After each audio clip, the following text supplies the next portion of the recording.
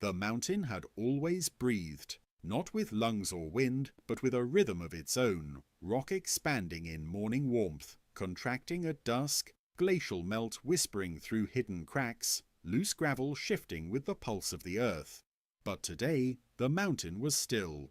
Too still. A solitary alpine ibex named Radan stood on the ridge, his curved horns arching proudly over his back, his hooves gripping crumbly limestone. He scanned the vast slopes before him, but nothing moved. Not the wind, not the scree, not the thin ribbons of mist that usually curled along the cliffs at dawn. Even the air felt wrong. Thin, dry, unmoving. Radan lifted his nose to scent the morning. He expected cold air rushing upward from the valley floor. Instead, he smelled dust.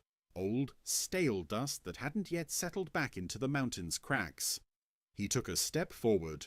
The ridge shifted beneath him. A few pebbles rolled away and bounced down into the abyss, falling silently for an unnaturally long time before finally clattering against distant stone. Radan froze. The ridge shouldn't move from a single step. Not here, on one of the oldest, strongest spines of the mountain. Behind him, two younger ibex hesitated. Their ears twitched, their nostrils flared. They sensed what Radan sensed. Something deep under the stone wasn't right. Radan walked onward despite the unease creeping up his spine, his hooves pressed carefully into small outcrops of rock. Normally, the ridge would vibrate faintly, communicating the mountain's living processes, trickling meltwater, shifting frost, distant groans of moving stone. But now the ridge held its breath. Radan reached a vantage point overlooking the valley. Below, the high meadows were strangely empty. Chamois were usually there at dawn, grazing. Marmots should have been whistling from their burrows. Golden eagles should have circled. But the valley was silent. The only movement came from the far end where a series of human vehicles crawled up a dirt path. Trucks loaded with metal boxes, drilling rigs planted along the lower cliffs, bright vests moving in hurried patterns. Radan understood none of their tools, but he recognized the tension in their bodies. Humans were afraid too. Something had happened, or was about to happen. A sudden vibration rippled through the ridge. Radan braced himself. A deep, muffled crack sounded somewhere far below. Not an avalanche, not ice breaking, but rock shifting from the inside. The ridge trembled, dust spilling from fractures that hadn't existed the day before. The younger ibex hopped backward, snorting. Radan stayed still, listening. The mountain wasn't simply trembling, it was deforming. He approached a familiar boulder that had stood unmoving for as long as he remembered. Today, hairline fractures traced its surface like spiderwebs. He pressed his hoof to one. It crumbled. Not chipped, crumbled, as if the stone had lost its cohesion. Radan backed away. A gust of wind tried to rise along the slope, but it died instantly, falling flat as if the air were too heavy to lift. The mountain didn't breathe. A sharp metallic clang cut through the silence. Then human shouting. Radan turned his head. Far below, a drilling tower leaned slightly to one side. Workers shouted, adjusting cables, reading instruments. A plume of dust rose around the tower, followed by a hiss of escaping gas. One worker backed away rapidly, waving at the others to retreat. Another pointed at the rock face with a look of sheer disbelief. Radan looked at the same place. The cliffside bulged, just slightly, barely noticeable, but bulging stone should not move at all. The ibex lowered his body, muscles tensing. The ridge vibrated again, this time faster, pulsing in uneven intervals. Gravel danced beneath his hooves. The younger ibex pressed close to him, trembling. The mountain was no longer a solid thing. It was becoming hollow, or under pressure, or both. Radan climbed higher, hoping to find firmer ground. His hooves clicked against stone, too softly. The rock felt lighter than usual, as if pockets of emptiness lay beneath. He saw it then. A massive crack stretching along the ridge like a dark vein, splitting the stone into two uneven halves.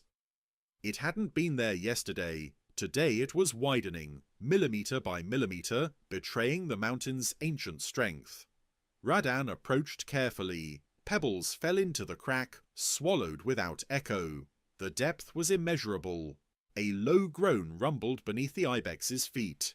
The ridge sagged, not down, but inward, collapsing toward whatever void was expanding below. Radan leapt backward just in time. The crack widened. A slab of stone collapsed inward like a falling door, disappearing into darkness. Dust exploded upward. The younger Ibex squealed and stumbled, scrambling for higher ground. Radan guided them with sharp grunts, herding them toward a safer path.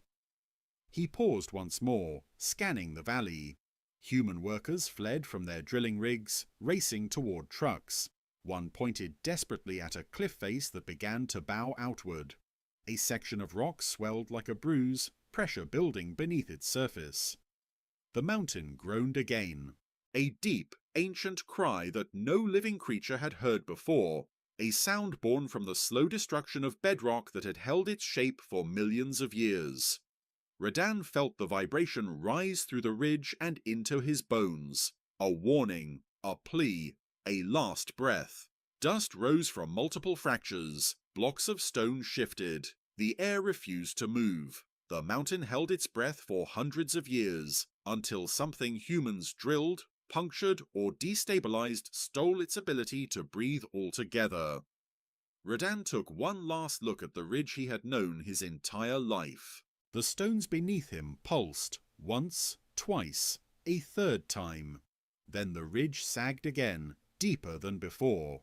Radan turned sharply and led the younger Ibex upward, away from the breaking spine of the mountain. Behind him, the land he belonged to, the land that shaped him, fed him, protected him, groaned one final time and began to collapse. The mountain wasn't breathing, and soon it might not stand. Radan climbed fast, faster than he ever had, his muscles burning as he pushed upward toward higher, older stone. The younger Ibex followed closely, slipping on loose gravel that had no right to be loose on this ancient mountainside. Behind them, the ridge they'd abandoned trembled again. A grinding sound rose through the mountain, like boulders turning against each other deep inside the rock. It was not the normal cracking of thermal expansion. This was something deeper, heavier, a shifting of the mountain's very spine. Radan stopped on a narrow outcrop and looked back. The ridge was sinking. Not dramatically, not yet, but enough that dust plumes drifted upward and stones rolled in steady streams down its sides. A long fracture now ran from the ridge's crest all the way to its lower flank. Radan remembered the ridge as it once was, solid, immovable, ancient. Today it sagged like softened clay. The young Ibex at his side bleated nervously. Radan nudged him gently, guiding him away. But even he felt it, a sharp edge of fear scraping at the instincts of a creature built for heights. He looked down into the valley again. Humans were abandoning their drilling rigs. Workers shouted, waving frantically. One pointed toward the upper cliffs where a line of fresh cracks glistened like lightning scars in the stone. A huge metal tower groaned. Its base sank several centimeters, tilting the structure. Workers fled as the tower bowed, metal screaming under stress. Cables snapped like whiplashes. A plume of dust erupted around the collapsing rig. Radan flinched. Even from this distance, the sound carried through the bones of the mountain. He turned his attention upward. The higher slopes were silent, alarmingly silent. The wind still refused to move. Even the snowfields, usually shifting and whispering, lay too still. The air tasted stale, as if trapped. Radan took another step, and the ground beneath his hoof moved. He froze. The stone didn't shift sideways or crumble. It sank. Only a few millimeters, but Ibex feel every nuance of the rock. Radan lifted his hoof and pressed again. The stone depressed. The mountain was softening. He backed away sharply. A loud crack split the air. This one sharp, explosive, echoing across the cliffs. Radan whipped his head toward the source. A massive block of stone sheared away from the upper face of the mountain. It hovered for a heartbeat, that impossible moment where gravity had not yet claimed it, and then fell. The sound was apocalyptic. The boulder slammed into the slope, shattering into fragments that ricocheted in every direction. A wave of loose scree surged downward, swallowing shrubs and small outcrops. Dust rose in a choking cloud. The younger Ibex squealed and pressed against Radahn. He nudged him forward. They needed higher ground now, before the entire slope began to slide. They climbed toward an ancient section of the mountain, a spine of darker stone, older, more resistant to erosion. But even here, Radahn felt tremors vibrating through the ground. Not one continuous quake, pulses, bursts, as if something deep below was trying and failing to stabilize. He reached a narrow saddle between two outcrops. Normally, this saddle held snow long into spring. Today, the snow was gone, replaced by wet stone with faint circular indentations, signatures of water forced upward through cracks. Radahn sniffed. The scent was metallic, sharp, chemical. Snowmelt didn't smell like that. A sudden, violent tremor nearly threw him off his feet. He dug his hooves in, muscles straining. The younger Ibex slid backward and scrambled desperately to regain footing. Radahn lunged forward, pressed his horns under the young one's chest, and levered him back up onto the saddle. Another tremor ripped through the mountain, even stronger. Loose stones danced. Cracks branched across the surface, widening with alarming speed. Far above them, ice groaned ominously. Radahn looked up. A hanging glacier clung to the cliffside, one that had held for centuries. Today, lines of stress fractured its gleaming white surface. Meltwater poured from new crevasses, falling in thin streams. But glaciers melt from above. This one was melting from the base. Heat was rising from inside the mountain. Radahn's eyes widened. The humans must have realized it too. In the valley, they gathered around a series of instruments. One worker held a tablet displaying trembling lines of data. Another yelled into a radio. A third pointed at the mountain with open shock. Cracks were appearing everywhere, some short, some spanning dozens of meters. Radahn turned his head and saw it happening in real time.